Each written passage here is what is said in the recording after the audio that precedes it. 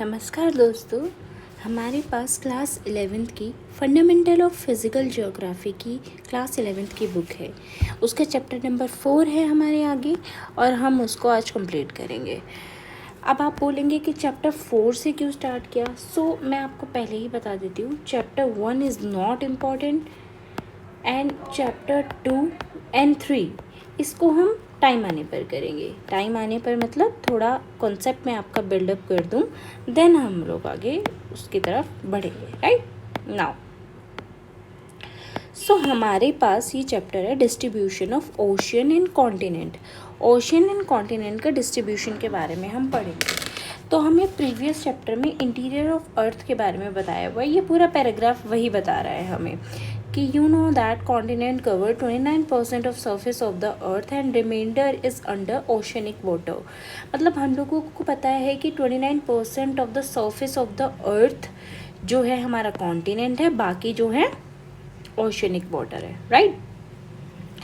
The position of the continent and the ocean body as we see them in the map have not been the same in the past. Moreover, it is now a well accepted fact that oceans and continent will continue to enjoy their present position in times come. सही बात है कि भाई जैसे आज आपको oceans दिख रहे हैं वो वैसे ही रहेंगे, जैसे आपको आज कॉन्टिनेंट दिख रहे हैं वो वैसे ही रहेंगे टाइम आने पर। चलो आगे बढ़ते हैं। तो इस पैसेज में हमें इंट्रोडक्शन दे रहे हैं। नाउ हमारे पास है continental drift. Now what is this continental drift? देखो, आप ऑब्जर्व करेंगे the coast line of Atlantic ocean. Atlantic ocean के मतलब ये इमेज मैंने खुद लगाई हुई है, एनसीईआरटी में इमेज नहीं है। अटलांटिक ओशन की ये इमेज आप देखेंगे तो हमें क्या बताना चाह रहे हैं ये लोग? You will be surprised by symmetry of coastline on either side of the ocean. इस ओशन के आसपास जो सिमेट्री बनी हुई है, सिमेट्री मतलब ये ऐसे, इसको जब आप ऑब्जर्व करेंगे तो आप एक शॉक रह जाएंगे। अब शॉकिंग बात मैं आपको आगे बताने वाली हूँ, बहुत इंटरेस्टिंग होती है जियोग्राफी को आप जितना इंटरेस्ट लेके पढ़ेंगे वो उतना ही आपको फ़ायदेमंद होगा। तो अभी तो हम चैप्टर्स कर रहे हैं, आने वाले टाइम में हम लोग चैप्टर बाय चैप्टर मैं आपको पूरी एनसीईआरटी करा दूंगी। देन हम लोग एमसीक्यूज़ करेंगे, देन टेस्ट करेंगे। हम जियोग्राफी को डिफाइन करने के बाद we will move further history, then polity, then Laxmikanth, ऐसे करते करते सब कुछ हम पढ़ेंगे। राइट। सो फर्स्ट जियोग्राफी का चैप्टर 4 कर रहे हैं हम। No wonder many scientists thought of this similarity and consider possibly of two Americas, दो अमेरिका, यूरोप, अफ्रीका, इसके बारे में देखा, सबने ऑब्जर्व किया कि ये पहले जॉइंट थे। जॉइंट मतलब जुड़े हुए थे। From this non record of the history of science it was Abraham Ortelius एक डच मैप मेकर थे जिन्होंने प्रपोज किया कि 1596 में उन्होंने देखा यही चीज़ कि ये जो ऐसे हमें ये जो अलग दिख रहे हैं, Africa, south America, north America, ये एक टाइम पर ऐसे जुड़े हुए थे। ये देखो कितने प्यारे तरीके से बताया हुआ है, ऐसे जुड़े हुए थे, अब ऐसे हो गए हैं। अब होते होते होते होते ये और सेपरेट हो जाएंगे। और आपने ऑब्जर्व किया होगा, न्यूज़ में पढ़ा होगा, ऐसे ये रिफ्ट वैली बन रही है, ये अलग हो जाएगा एक दिन।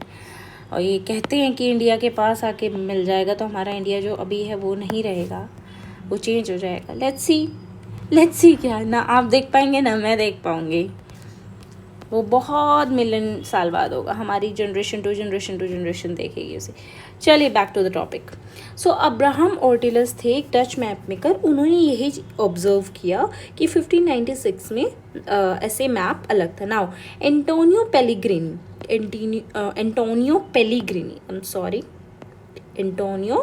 पेलिग्रिनी drew a map showing 3 continents together. देखो, अब्राहम ऑर्टिलियस ने तो ऑब्जर्व किया डच मैप मेकर में, प्रपोज की ये चीज़ कि भाई ऐसे पॉसिबिलिटी हो सकती है। एंटोनियो पेलिग्रिनी ने क्या किया था, 3 कॉन्टिनेंट को ज्वाइन करके इन्होंने दिखा दिया। नाउ फिर थर्ड आए, ये सेकंड हमने देख लिया। अब हमारे पास थर्ड आए एल्फ्रेड वेगनर। ये जर्मन मेट्रोलॉजिस्ट थे, जर्मन मेट्रोलॉजिस्ट। उन्होंने क्या किया, कॉन्टिनेंटल ड्रिफ्ट थ्योरी दी 1912 में। दी मोस्ट इम्पॉर्टेंट क्वेश्चन बन सकता है कि कॉन्टिनेंटल ड्रिफ्ट थ्योरी 1912 में किसने दी, तो हम किसका नाम लिखेंगे, एल्फ्रेड वेगनर का, राइट। ओके,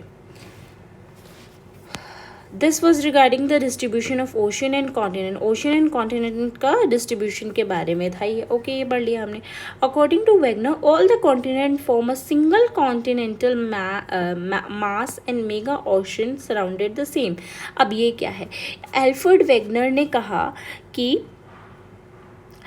एक सिंगल कॉन्टिनेंट था और उसके आसपास ओशियन थे। सी, सिंगल कॉन्टिनेंट ये पूरा और इसके आसपास सी, यही एल्फ्रेड वेगनर ने बोला था, यही उन्होंने मैप बना कर दिया, राइट। तो उन्होंने क्या बोला, the supercontinent was name Pangaea. Continent को क्या बोला गया, पेंजिया, इसको पेंजिया, ये सी, ठीक है। तो कॉन्टिनेंट को पेंजिया बोला गया, विच मीन ऑल अर्थ, अर्थ पर मतलब ऑल अर्थ, सॉरी। मेगा ओशियन को बोला गया पेंथेलासा, पेंजिया पेंथेलासा। दी मोस्ट इम्पॉर्टेंट, इसको भी आप याद रखेंगे। उन्होंने आर्ग्यू किया कि 200 million years ago the supercontinent Pangaea begin to split. Pangaea था तो वो स्प्लिट होना शुरू हो गया। Pangaea first broke into large continent mass as Laurasia and Gondwana. तो जो पेंजिया था उसमें लॉरेशिया और गोंडवाना में स्प्लिट हो गया। पहले तो ये पेंजिया बना पूरा, तो ऊपर वाला लॉरेशिया बन गया, नीचे वाला गोंडवाना लैंड बन गया। ये हम लोगों को याद रखना है। ओके, नेक्स्ट आते हैं। सी बताया हुआ है लॉरेशिया एंड गोंडवाना। लॉरेशिया क्या था, upper, I mean sorry north, and Gondwana was south, ठीक है। नाउ नेक्स्ट आ जाते हैं। यही बताया, variety of evidence was offer in the okay, same है। आगे बढ़ते हैं। Evidence in support of continental drift. अब sorry, evidence in support of continental drift. अब ये कॉन्टिनेंटल ड्रिफ्ट थ्योरी के बारे में हमें क्या, कहाँ से एविडेंस मिलते हैं, तो matching of continent, jigsaw fit. अब ये जिग्सॉ फिट क्या है, इसके बारे में हमको थोड़ा पढ़ना पड़ेगा। जिग्सॉ फिट पढ़ने से पहले क्या मैं आपको एक चीज़ ऑब्जर्व कराना चाहूँगी। कभी आपने पजल देखा है, आई मीन पजल जो हम बचपन में खेलते थे, आपने कभी ऑब्जर्व किया है कि हम ऐसे हमें थोड़े टुकड़े मिलते थे और इस तरीके से हमें उसको फिट करना होता था, राइट। ऐसे होता था और एक ऐसे होता था, समवेयर थोड़ा इसको यहाँ फिट करेंगे, है ना, ऐसा पजल होता था। तो क्या आप यहाँ पर कुछ देख पा रहे हैं, ऑब्जर्व कीजिए। सी, ये है, यहाँ पर थोड़ा गैप है, यहाँ पर कुछ आना था। और सी, इसकी शेप नॉट एकदम बिल्कुल परफेक्ट नहीं हो सकती, क्योंकि जब ब्रेक होता है तो आसपास इतने सारे आइलैंड है यहाँ पर, आपको भी पता है। बट क्या ऐसे फिक्स नहीं हो रहा है परफेक्टली ये, है ना। अगर साउथ अमेरिका को, ये जो साउथ अमेरिका है, इसको अगर मैं इधर ले आऊँ तो ये फिट नहीं हो जाएगा क्या। सिमिलरली ये जो है इसके साथ फिट हो जाएगा। ऐसे ही बोलते हैं ऑस्ट्रेलिया जो था वो हमारा इंडिया के साथ फिट हो जाता। तो ये ऑब्जर्व, इसी को बोलते हैं हम जिग्सॉ फिट। जिग्सॉ फिट इसी को हम बोलते हैं, राइट।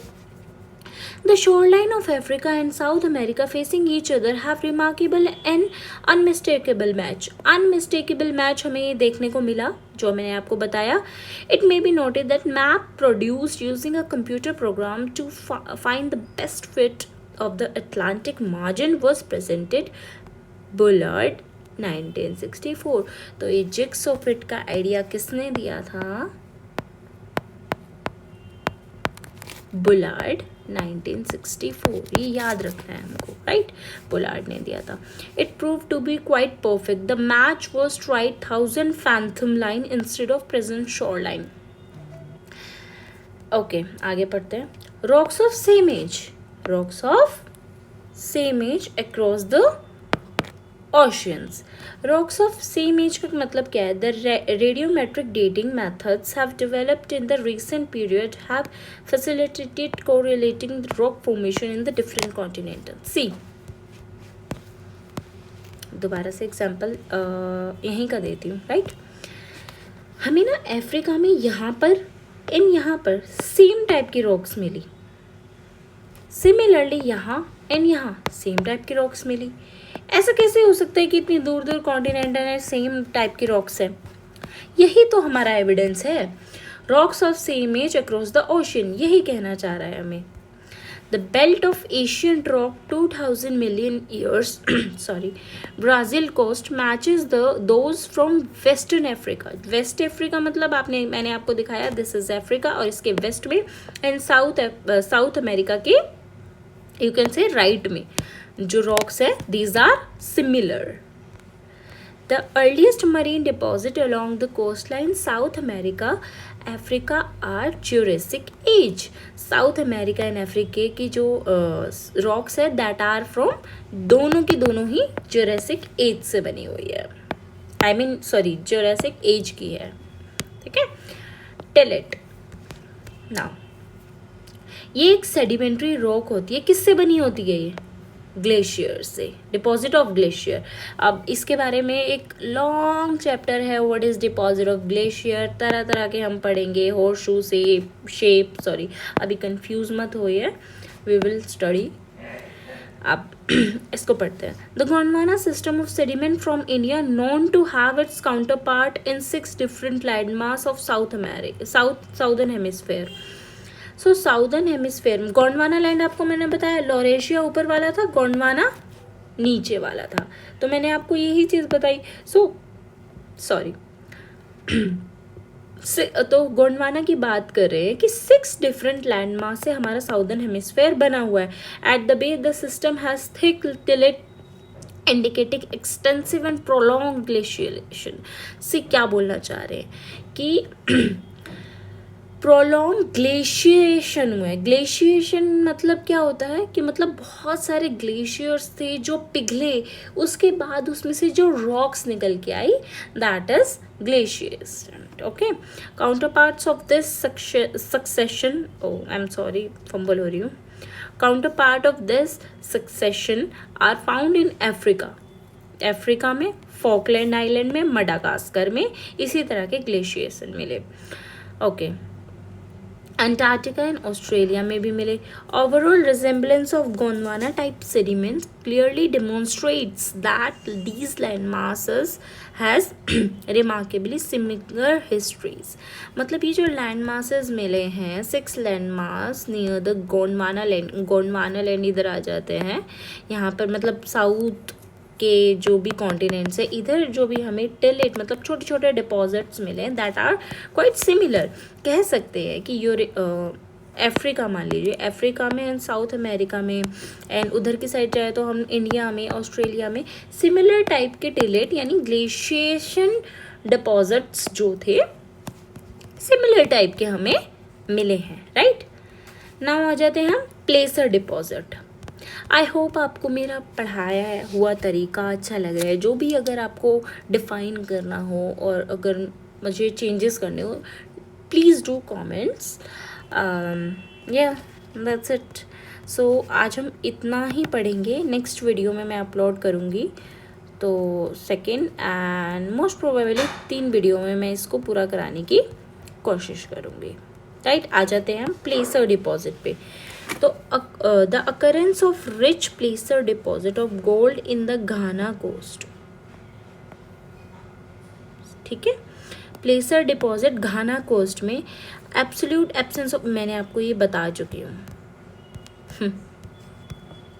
इसमें रॉक्स ऑफ सेम एज का एग्जाम्पल जब मैंने दिया था, तो I have already told you about the rocks जो यहाँ मिली एंड द रॉक्स जो यहाँ मिली सिमिलर थी। सिमिलर मतलब ये प्लेसर डिपॉजिट ये क्या कहना चाह रहा है, let me just clearly define for you, right. ये कहना चाह रहा है कि यहाँ पर जो वेन्स मिली, वेन्स मतलब कि rock, parent rock would be the best can say name for it. तो इधर पेरेंट रॉक मिली और I'm रियली सॉरी, इधर पेरेंट रॉक मिली, साउथ अमेरिका में पेरेंट रॉक मिली, एंड इधर हमारा गोल्ड मिला। मतलब गोल्ड जिस रॉक से बना है वो यहाँ है एंड गोल्ड यहाँ है। तो फायदा अनफॉर्चुनेटली किसको हुआ है? अफ्रीका को। और साउथ अमेरिका को क्या मिला? पत्थर, है ना। सो यही प्लेसर डिपॉजिट बताना चाह रहा है। आइए हम प्लेसर डिपॉजिट के टेक्स्ट को पढ़ते हैं। The occurrence of rich placer deposit gold in Ghana coast वही है जो मैंने आपको बताया। The absolute absence of source of rock in the region is an amazing fact. The gold bearing veins are in कहाँ पर है? ब्राज़ील में। And it is obvious that gold deposit of the Ghana derived from the Brazil plateau when the two continents lay side by side. तो दो continent जब साथ में थे तो तभी ये रॉक बनी थी। यही प्लेसर डिपॉजिट कहना चाह रहा है, जो मैं आपको बता चुकी हूँ। अब आ जाते हैं डिस्ट्रीब्यूशन ऑफ फॉसिल में। डिस्ट्रीब्यूशन ऑफ फॉसिल के अंदर identical species of plants and animal adapted to living on land in fresh water are found either side of marine barriers. See इसको भी एग्जाम्पल से बताती हूँ, टेक्स्ट से अच्छा यहीं पर आ जाते हैं। क्या कहना चाह रहे हैं? जो एनिमल, जैसे यहाँ पर मान लीजिए आइलैंड है कोई, तो जो एनिमल यहाँ पर मिला है वो यहाँ भी मिला है, जो एनिमल यहाँ मिला है वो यहाँ भी मिला है, जो एनिमल यहाँ मिला है वो यहाँ भी मिला है। मतलब एनिमल के पास थोड़ी ना क्रूज या शिप या प्लेन है, तो वो इधर से उधर मूव कैसे करें? तो ये एविडेंस भी हमें बताता है कि पेंजिया और पेंथलासा था और इस तरह का हमारा अर्थ पहले दिखता था। डिस्ट्रीब्यूशन ऑफ फॉसिल्स, इसको थोड़ा पढ़ लेती हूँ for your satisfaction. Okay. When identical species of plants and animal adapted to living on land or in fresh water are found either side of marine barriers, a problem arises regarding accounting for such distribution. The observation that lemurs, yes, this important, ये I guess PYQ भी था किसी PCS का, UPSC का तो नहीं, but हाँ PCS का ये PYQ था। Lemurs occurs in India, Madagascar and Africa. Let some consider continuous landmass Lemuria. Linking these three landmasses, Mesosaurus was a small reptile adapted to shallow brackish water. The skeleton of these found only in two localities, Southern Cape province of South Africa and Aravalli formation of the Brazil. Two locality presently 4800 kilometre apart from. क्या कहना चाह रहे हैं कि यहाँ पर Africa है, यहाँ पर ब्राज़ील है, तो इसके बीच में डिस्टेंस इतना है, तो ये एनिमल इधर से इधर जा ही नहीं सकता। ये लेम्यूर्स और ये मेसोजोरस जो कि शैलो ब्रैकिश वाटर में रहते हैं, तो इनका मिलना यही दिखाता है कि ये कॉन्टिनेंट ऐसे सेपरेट होते गए हैं। ये हमें एविडेंस, तो अब तक हम मतलब समझ रहे हो ना, अब तक हम एविडेंसेस पढ़ते हुए आ रहे हैं। आगे हम पढ़ते हैं force for drifting. Wagner suggested that movement responsible for the drifting of continents was caused by pole fleeing force. एक पोल प्लेइंग फोर्स है और एक टाइडल फोर्स है। तो एल्फ्रेड वेगनर ने, हमने पहले पढ़ा कि एल्फ्रेड वेगनर ने जो थ्योरीज दी उसके बाद उन्होंने कहा कि ये जो फोर्स ड्रिफ्ट, मतलब ये जो कॉन्टिनेंट्स हैं, ये जो अलग हो रहे हैं कॉन्टिनेंट, लाइक 10 ऐसे अलग हो रहे हैं, तो इसके पीछे उन्होंने दो रीजन दिए। एक उन्होंने बोला पोल फ्लिंग फोर्स है, टाइडल फोर्स, मतलब जो टाइडल वेव्स होती हैं, जो ये वेव्स टाइडल फोर्स होता है, और पोल फ्ली फोर्स मतलब रोटेशन ऑफ द अर्थ जो होती है, उसकी वजह से जो है ये फोर्स ड्रिफ्ट हो रहा है। Polar flea force relates to the rotation of the earth. You are aware of the fact that earth is not a perfect sphere. हमें पता है कि अर्थ जो है परफेक्ट स्फेयर नहीं है, एक बल्ज है इक्वेटर पे, somewhere like this. I'm sorry, मतलब ऐसा बोल सकते हैं हम अर्थ को, काइंड ऑफ, राइट। प्रॉपर ऐसा स्क्वायर तो नहीं है ना हमारी earth, this is not our earth, right, this can be our earth. तो वही चीज बता रहे हैं कि ये जो बल्ज है और ये जो रोटेशन होता है इस वजह से अलग हो रहा है। और सेकंड हमारा टाइडल फोर्स उन्होंने बताया, due to attraction of the moon. Moon आपको पता होगा टाइडल वेव्स कैसे आती है, मून अट्रैक्ट करता है, नहीं पता तो हम 9th की एनसीईआरटी भी पढ़ा दूंगी मैं, उसमें है ये। The sum of the developed tides in ocean waters, Wegener believe that these forces would become effective when applied over many million years. However, most scholars consider these forces totally inadequate. इनको बोला गया कि ये क्या फालतू की चीजें बता रहे हैं, ऐसा होता है कि टाइडल और पोल फ्री फोर्स है, मतलब ये फालतू की चीजें कि इससे हो रहा है, ये नहीं माना गया। फिर पोस्ट ड्रिफ्ट स्टडीज हुई। It is interesting to note that continental drift of continental drift, most of the evidence was collected from the continental areas in the form of distribution of flora or fauna or deposit like talent. A number of discovery पहले पढ़ लेती हूँ during the post World War II period added a new information to geological literature, particularly the information collected from the ocean floor mapping provide new dimension for the study distribution of the ocean and continent. तो ocean and continent की जो study की गई उसके बारे में हमें बता रहे हैं पोस्ट ड्रिफ्ट स्टडीज। मतलब कि ये इंटरेस्टिंग होगा जानने में कि कॉन्टिनेंटल ड्रिफ्ट जो है वो ज्यादा से ज्यादा कलेक्ट किए गए हैं distribution of flora and fauna. Flora मतलब फ्लावर, फोना मतलब एनिमल्स वगैरह, और डिपॉजिट ऑफ टैलेंट मतलब रॉक्स वगैरह से डिपॉजिट जो हमें मिले हैं उनसे इंफॉर्मेशन कैरी करके आगे फर्दर किया गया है। कन्वेक्शनल करंट थ्योरी से, कन्वेक्शनल करंट क्या होता है मैं आपको पहले एक्सप्लेन कर देती हूँ फिर मैं पढ़ूंगी। सी ये हमारा अर्थ है, अंदर क्या है, बहुत सारा मैग्मा है, इसके बारे में पढ़ेंगे हम चैप्टर नंबर 3 में। ये बहुत अच्छे से एक्सप्लेन किया हुआ है, वो मैं अच्छे से पढ़ाऊंगी। ओके, तो ये जो मैग्मा है ये भी एक करंट की तरह काम करता है। करंट की तरह काम करता है मतलब ये कुछ ऐसे मूव करता है,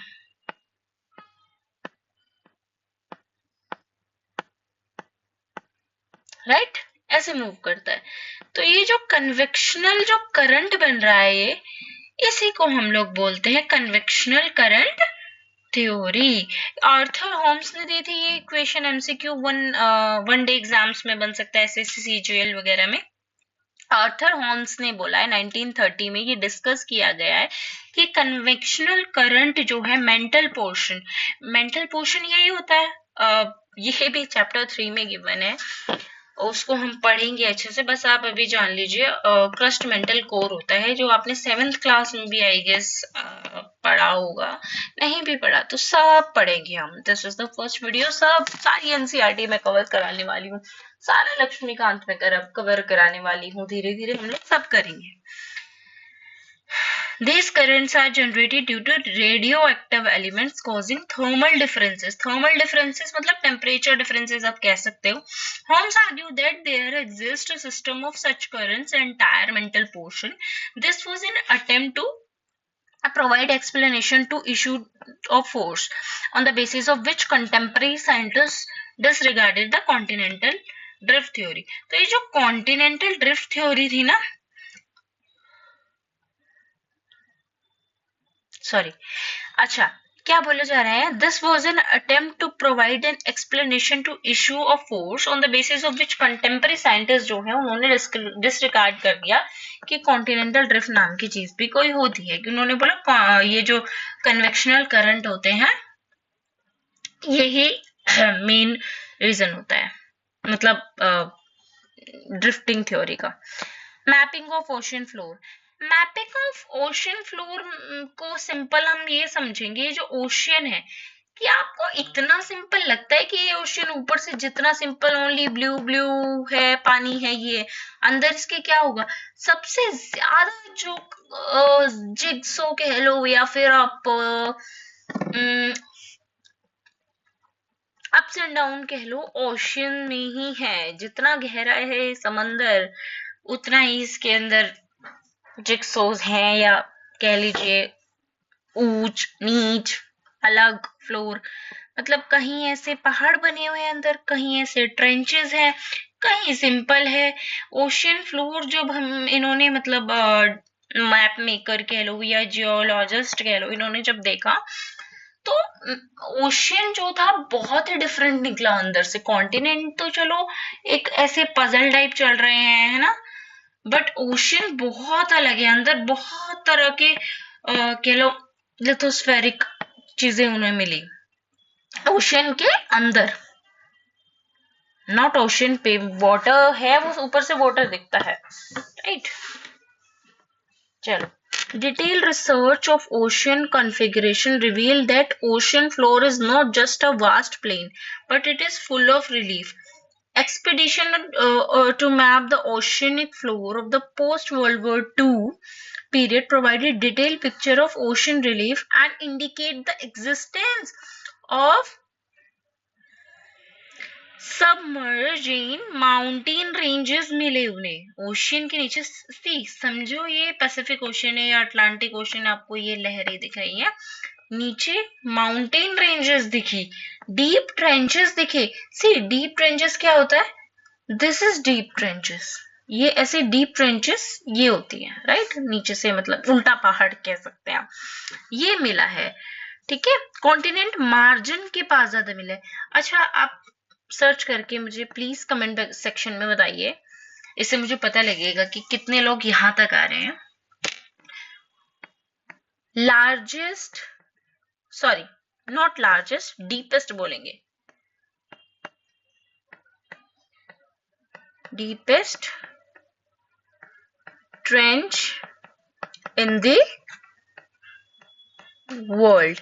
तो डीपेस्ट ट्रेंच का नाम आप कमेंट सेक्शन में बताइए, कमेंट बिलो। ओके, चलिए आगे पढ़ते हैं। The mid-oceanic ridges were found to be most active in terms of volcanic eruption. Volcanic eruption हुए, इसीलिए हम लोगों को deep trenches और ये सब मिलते हैं, अलग अलग सॉरी अलग अलग जैसे माउंटेन रेंजेस है, डीप ट्रेंचेस है, ये हमें मिलते हैं। The dating of the rocks from the oceanic crust reveal the fact that they are much young. अच्छा, ये भी इंपॉर्टेंट लाइन है बहुत, इससे न जाने कितने एमसीक्यू, न जाने कितने पीवाईक्यू इस लाइन ने बना दिए हैं, तो आप इस लाइन को ध्यान से समझिए।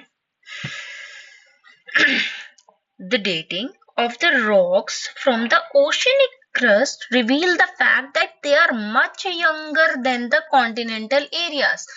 मतलब जो रॉक्स ओशन की है, जो रॉक्स ओशन की मतलब ये जो पानी के नीचे जो ये रॉक्स है ये ओशन की है, इससे हमें ये पता चलता है कि ये यंग है और कॉन्टिनेंटल की ओल्ड है, यानी कि ये पहले बना है बाद में, राइट। ये यंग है, ये ओल्ड है, continents are old, sea are young, यही कह रहे हैं कि कॉन्टिनेंटल जो है कॉन्टिनेंट्स जो है वो ओल्ड है एंड ओशियन वगैरह ये क्या है, न्यू है। तो rocks of either side of the oceanic ridge have equidistant location from the crest were found to have remarkable similarity both in terms of their constant age. तो जो ऐसे rocks मिले हैं, मान लीजिए माउंटेन रिज है और यहाँ पर ये पानी है, this is our ocean, Atlantic or Pacific, whatever you say, this is mountain ridge and this is somewhere is a trench, so either side यहाँ पर जो डिपॉजिट मिला है एंड इधर जो डिपॉजिट मिला है वो somewhere इक्वल डिस्टेंस पे है, मतलब कि सिमिलर ऐसे ट्रेंड चल रहा है, ऐसे इक्वल डिस्टेंस पे है, ये बताया हुआ। अभी के लिए इसको यहाँ पर ही रखते हैं, हमने इतना पढ़ा है। नेक्स्ट क्लास में हम इसको नेक्स्ट 2 क्लास में इस चैप्टर को मैं आपको खत्म करवा दूंगी, right. So thank you so much friends, please comment below कैसा है, क्या चेंज करनी है। I really need comments because it is my first video, so let's see how's it go. Thank you.